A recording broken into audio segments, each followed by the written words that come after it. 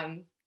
Hi, how are you? Good, thank you. It's wonderful to finally have you here. I've been wanting you to shed your expertise, your wisdom, your knowledge about what people with endometriosis can do to manage their pain pre and post excision surgery. And if they, aren't lined up for an excision surgery or have already had it, how they can just manage this beast of endo.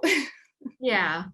So a lot of my patients come in. Some of them already know they have endometriosis. Some of them don't have any idea. They'll talk about a history of like having really painful periods from the time they were 13. Some patients will have no symptoms until they've had an egg freezing, and then all of a sudden now they're feeling a lot of pain, and somehow they end up at our door. And so I'm a physiatrist. I treat patients for their rehab aspect. So these are the patients who are about to have surgery or after surgery. And so in all the fields of medicine, there is a physiatrist for a knee surgery or knee replacement, a heart surgery, a lung surgery, but there's nobody there for the pelvic. So pelvic rehab we've been around now for 5 years. And so it's been really great getting to know our endo patients because majority of our patient population are endometriosis patients. Hmm. So we do a lot of different things. For the ones who've never heard the word, I kind of blow their minds. I tell them to read different books, give them options, and they're like, "Oh my God, I read this book cover to cover, and that sounds like me." I have all of the bloating, and then I tell them to look the hashtag endobelly, and they're like, that's a thing. Like they don't even know that that's even a Thing. thing. It's Yeah, amazing. thing. So one of the questions I ask them, like, do you ever feel like you look pregnant even though you're not pregnant? And they're like, yeah, that's so weird. Or I'll talk to them about their bladder symptoms. You have urinary frequency, urgency, pain in your bladder. We talk about pain with sex or penetration or even just pain with tampon use. So a lot of people just steer clear of anything going in the vagina Yeah. because they're just so terrified that there's something wrong there, but they don't know what it is. And it takes them, 7 to 10 years to get diagnosed with endometriosis because a good portion of those years are in your developmental years where you don't know what periods are supposed to feel like. And so by the time a person is like in their 20s and they're reaching out, sometimes doctors dismiss patients because they don't feel like they think they could have endo. And it's after doing this for so long, I realized why patients feel like they're dismissed for so many years, because many doctors have no idea how to diagnose endometriosis. I've heard the craziest and wildest stories, and I'm sure you have too, of Mhm. patients who tell their GYNs tell them that you can't possibly have endo, you're too young, or they still don't believe in like the genetics of endometriosis, or that so I go into like a lot of the history of could they possibly have endometriosis if they have a family history of it, all of that. And then we talk about what we can do for it. So pelvic physical therapy is definitely a starting point. Working on the abdominal massage and treating the lymphatics and everything that because patients with endometriosis tend to have so much pain that they're holding onto their bellies, they're holding onto their pelvic floor, and they're squishing it. So if you're squishing or tightening your muscles so much, like you're tightening your shoulders, if you sit at a desk all day, you're going to have really tight pelvic floor, and that can cause urinary frequency, urinary urgency, constipation. It can make a lot of trouble. And so it's hard to decipher between what's pelvic floor dysfunction and what's endometriosis sitting Yeah. on the bowel, and what's on the bladder, and what's on the pelvic floor.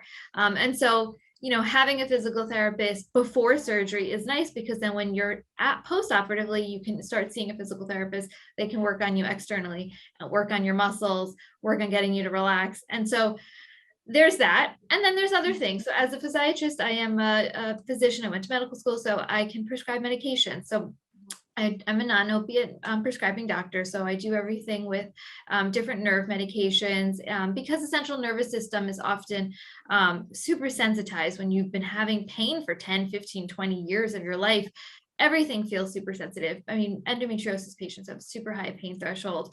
But it feels like getting, kicked in the gut every time you get your period. And so you're super sensitive to it. And so most of my endo patients say, oh yeah, I'm having a good day, I'm at a 5 out of 10. And that should not be a good day, right? You know, a good day should be a 0 out of 10.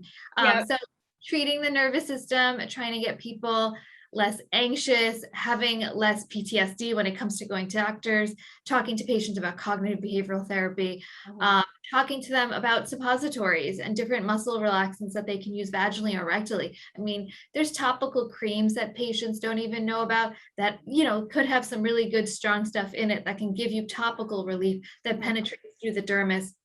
And a lot of patients find that that really helps. And for some patients, that's enough. And they're like, wow, I might just not do my endo surgery. And that's not necessarily okay, Right. because we want them to remove the endometriosis. But for some people in this stage of life, you know, if they're 18 or they're younger or they're, you know, have children and they can't have a surgery, what can they do to hold them over until they can have the appropriate surgery to remove the endometriosis? I remember I was in an acute pain situation. I think this was back in like 2017. And I came to your office. You recommended to me because I was right on that brink of waiting to find out. I think I was waiting for an MRI result, and I couldn't walk. I was just in so much pain. They didn't know if I needed surgery or not at that point because we were waiting the results. But I was working and I just needed to get through. And I came in, and it was actually before I got the MRI result that I think it was you that said, you know, you're probably going to need a surgery. We can help you figure out, you know, how to manage the pain until then. But I think you just said like my uterus was being like pulled to one side Yeah.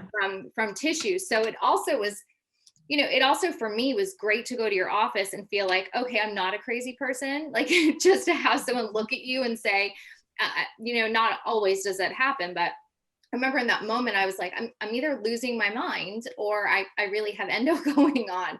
So to feel like I had some validation and also had a path before surgery to just get me through the days, because when you're in that kind of, I won't even call it like a 10 plus pain, just kind of indescribable pain, every hour is hard to get through. So needless to say, waiting 2-3 weeks for a surgery. Yeah. And we did a shot, and I don't know what that shot was. Looking back, it was a while ago. My brain is foggy. We do pelvic floor injections to Yeah. desensitize the nerves in the pelvic floor. That helps with people who have really tight muscles in the pelvic floor. So it's kind of like getting trigger points in your neck muscles to kind of relax your neck. A lot of people tend to get migraines or headaches because these neck muscles are super tight. And so often patients will get injections here. It's similar concept down there. Relax the muscles, kind of like open things up a little bit, improve the blood flow, desensitize the muscles. So we do injections, we do suppositories, we do a lot of things that we want to, you know, get. And sometimes patients will do injections before the surgery, try to get them through like life, right? They're teachers, they're workers, they have jobs, like they can't just go off and have surgery. And then after surgery, sometimes we'll treat them post. And so that's usually where we see the biggest difference, right? The endo's taken out now. Now they can see the dilators and they start making real progress. And now they can start having intercourse and having it not hurt, and you know, going to the bathroom and starting the bladder training and starting the bowel training and taking the medications and like start pulling away from some of the stuff that makes them constipated, and then that's when we can start taking them off of some of these nerve medications. But you know, it's an ideal situation. Everyone has different endo, right? We know you could have really terrible endo and have no symptoms, and you can have a ton of little endo inside and have so many symptoms. So it's like you really don't know, but we treat patients symptomatically. And you know, if patients have groin pain, we're doing MRIs and we're looking for hernias and we're looking for labral tears, because often we can't just blame endo for everything, right? There's so many pain generators, and so we have to figure out, could this person have a hip issue? I mean, imagine if you're sitting all day like this, of course you're going to have a hip issue eventually, and that's how you can develop like a labral tear. And so, you know, and then now you're walking funny, and then your body starts to compensate, and then now you have knee pain, and now your pain's referring down to your leg. So you know, having someone look at your whole body and not just looking at your ovaries and your uterus and take them out, like there's other things that can be done. And so that's what a physiatrist is. We look at the total body and the total picture. And like you said, there's so many things that endo causes in terms of referral pain. Like for me, monthly, I get sciatic leg pain. Like I know, I don't even need to check the calendar. It's like as soon as I start getting the right leg pain that goes from the butt down, I'm like, oh, it's time. Yeah. And then like the big bloat, which no one has been able to give me the solution for the bloat other than like, well, don't eat salt. I'm like, I could literally drink water Yeah. for 2 weeks straight without anything and breathe the air and I would still bloat like that. There's just no solution. I do the turmeric, I do the teas, the soups, the tea, like everything, and nothing helps the bloat. And I know that I'm not alone in that frustration at all. No, you're not. A lot of our patients sometimes will do lymphedema massages and they'll go and get a massage. It's kind of crazy because they're hanging out with all these people who are just had like liposuction and they're like, oh, I'm in a waiting room with like, all liposuction patients. But the lymphedema massage, What is to is get that exactly? Is that just it's to try to get the lymph to go down. So sometimes if you're bloated and it's uncomfortable, a lot of patients will do that. It's kind of like when you don't have lymph nodes, you get a lot of like backup and swelling. Mhm. That's always something that's worth trying for some patients. Also, small intestinal bacterial overgrowth can cause a lot of bloat, and so having your GI doctor evaluate you for that with the test is possible as well. Yeah, no, these are all very helpful. And because you're in New York and New Jersey offices, correct? Right? I'm in the Manhattan and the Long Island office, but we do telehealths with patients. Like I have a patient who's here right now coming from Texas and did a telehealth, or was it in person or telehealth? And then they come in person usually when we want to treat them. Yeah, because I think that's, just keeping in mind that not everybody has access, and that Yeah. because this is global, sometimes even if they can't necessarily see you in person, maybe there's Yeah, something. telehealth is a great option because Yeah, we get to tell patients like, okay, I have patients who come from India and London and Turkey and we do a telehealth and I say, okay, look for this medication. Tell the doctor, you want this in your medication. And then it depending on like if they have family in the US, sometimes they even have them just mail it to them. So we'll send it to like a PO box and then they mail it over there. So, dilators and wands, all that stuff kind of mhm. gets like stopped at like the mail, but like, for some reason, depending on the place you're mailing to, Yeah, but it's customs. possible. Yeah. No, but this has been really eye-opening, and I hope that people understand that surgery is, still considered in the endo community the gold standard, but there's so many other things out there that just don't get a lot of a spotlight, like the work you're doing, that can really just improve the quality of someone's life. Yeah. No, So it's, having that expectation that and understanding that, we tell all of our patients that you may go from a 10 to a 4 or a 10 to a 7, but there is still going to be lingering issues. Your bladder isn't suddenly magically going to, grow to the size of a grapefruit and you're not going to be just passing like magical bowel movements. You have to work on that and it's work and it's not fun and it's not fair, but you can definitely improve those parts of your quality of life, especially the sexual function. well, thank you again for all the work that you do and for taking your time out of your very busy schedule with your patients to speak with us today.